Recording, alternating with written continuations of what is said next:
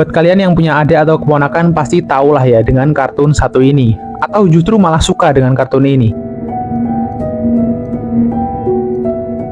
Ya, kartun tersebut adalah kartun Masha and the Bear, yang kalau nggak salah sih sudah tayang sejak tahun 2013 di Indonesia. Diketahui kartun Masha and the Bear ini diproduksi oleh negara Rusia. Kalau saya pribadi sih dulu suka dengan kartun ini. Soalnya gimana ya, lucu aja gitu, ada beruang yang serem, tapi sering dikerjain sama anak kecil. Ya, walaupun nggak cuma dikerjain aja sih si beruang ini, kadang-kadang beruang ini juga dibantu sama anak kecil bernama Masha ini. Tapi kali ini saya gak akan bahas tentang alur cerita atau bagaimana pertemuan antara Masha dengan beruang tersebut, karena udah ada di film kan. Dan kalau kalian mau lihat sendiri mungkin bisa lihat di TV atau mungkin bisa lihat juga di YouTube. Melainkan cerita di balik layar atau behind the scenes dari kartun Masha and the Bear ini, yang bisa dikatakan sangat menyedihkan, tragis, dan barangkali bisa jadi pembelajaran bagi kita semua untuk menjaga anak, terutama di tempat umum, karena apabila lalai maka bisa berdampak buruk nggak cuma bagi si anak tapi juga si orang tua. Jadi tokoh utama dalam film ini sendiri yaitu Masha, yang ternyata ada di kehidupan nyata. Tapi diketahui Masha ini sudah meninggal lebih dari 20 tahun yang lalu. Nah, waktu itu Masha dan orang tuanya sedang menonton sirkus. Tapi sayangnya orang tua Masha ini lengah dan tidak mengawasi pergerakan anaknya. Ya, yang namanya anak kecil pasti kan aktif, terus suka penasaran dengan hal-hal baru.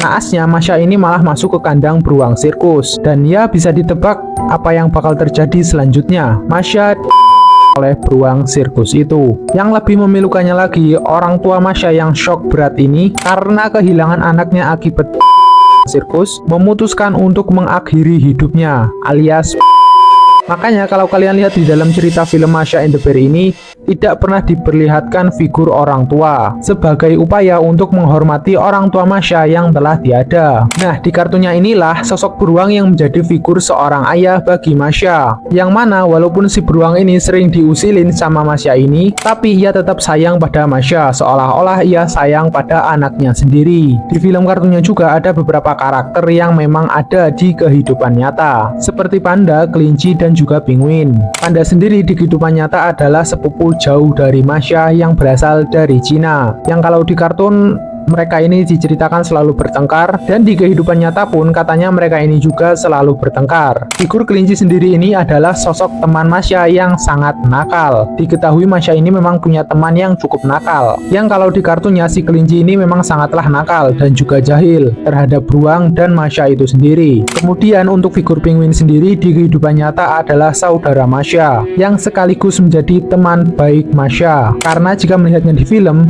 Masha dan penguin ini sangatlah akur, dan realitasnya pada kehidupan nyata mereka juga diceritakan sangatlah akur dan berteman baik. Dan ternyata saudara Masha ini jugalah yang ikut membuat cerita film kartun Masha and the Bear ini. Nah, itu tadi sedikit informasi terkait behind the scene atau kisah di balik layar kartun Masha and the Bear ini, yang mungkin saya dan kalian semua bisa mengambil pelajaran dari kisah ini. Dan sebelum video ini berakhir, marilah kita mendoakan Masha menurut kepercayaan masing-masing.